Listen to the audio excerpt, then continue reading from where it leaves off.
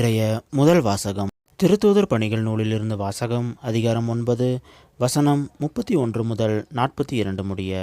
அந்நாட்களில் யூதேயா, கலிலேயா, சமாரியா ஆகிய பகுதிகளிலெல்லாம் திருச்சபை வளர்ச்சியுற்று ஆண்டவருக்கு அஞ்சி நடந்து அமைதியில் திளைத்து தூய ஆவியாரின் துணையால் பெருகி வந்தது. பேதுரு எல்லா இடங்களுக்கும் சென்று வந்தார்.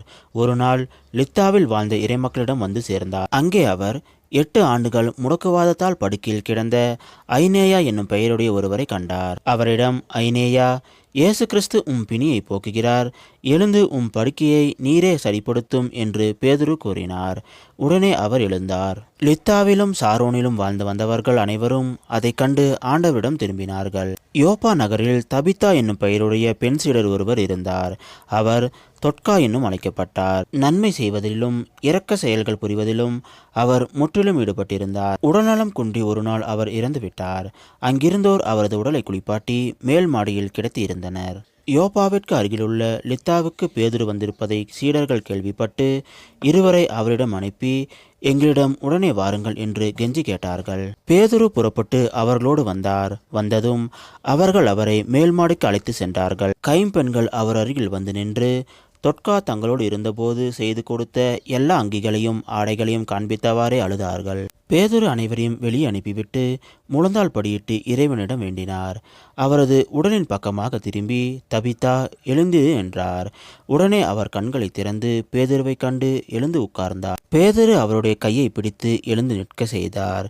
இறைமக்களையும் கைம்பெண்களையும் கூப்பிட்டு அவர்கள் முன் அவரை உயிருடன் நிறுத்தினார். இது யோப்பா நகர் முழுவதும் தெரிய வரவே ஆண்டவர் மீது பலர் நம்பிக்கை கொண்டனர். இது ஆண்டவர் வழங்கும் அருள்வாக்கு. இறைவா, உமக்கு நன்றி. இன்றைய நற்செய்தி. புனித யோவான் எழுதிய நற்செய்தியிலிருந்து வாசகம். அதிகாரம் 6 வசனம் 60 முதல் 69 முடிய. அக்காலத்தில் இயேசு நிலைவாழ்வு அளிக்கும் உணவு பற்றி கற்பித்துக் கொண்டிருந்த பொழுது சீடர் பலர் இதை கேட்டு, இதை ஏற்றுக்கொள்வது மிக கடினம், இப்பேச்சை இன்னும் கேட்டுக்கொண்டிருக்க முடியுமா என்று பேசிக்கொண்டனர். இது பற்றி தம் சீடர் முணுமுணுப்பதை இயேசு உணர்ந்து அவர்களிடம், நீங்கள் நம்புவதற்கு இது தடையா இருக்கிறதா? அப்படியானால் மானிட மகன் தாம் முன்பு இருந்த இடத்திற்கு ஏறி செல்வதை நீங்கள் கண்டால் அது உங்களுக்கு எப்படி இருக்கும்? வாழ்வு தருவது தூய ஆவியே. ஊனியல்பு ஒன்றுக்கும் உதவாது. நான் கூறிய வார்த்தைகள் வாழ்வு தரும் ஆவியை கொண்டிருக்கின்றன.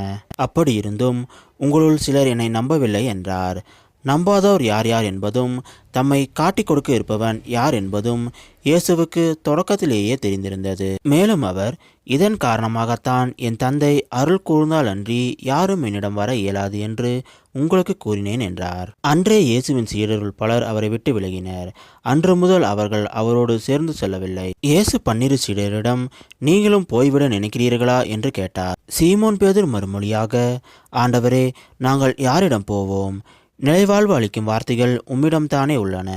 நீரே கடவுளுக்கு அர்ப்பணமானவர் என்பதை நாங்கள் அறிந்து கொண்டோம், அதை நம்புகிறோம் என்றார். இது கிறிஸ்து வழங்கும் நற்செய்தி. கிறிஸ்துவே உமக்கு புகழ்.